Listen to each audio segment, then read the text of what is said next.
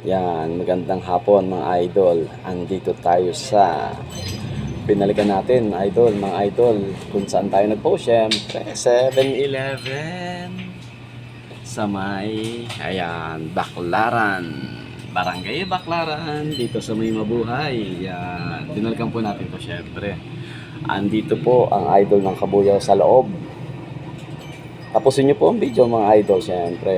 Yan, pamerienda lang po muna na ho. So, puntahan niyo po ako rito at bring me. Isa lang po muna mga idol. Isa lang po ang makakuha ng pangmerienda. Bring me. Yan. Tapusin niyo po ang video kung ano po ang pabibring ko. Simpleng simple.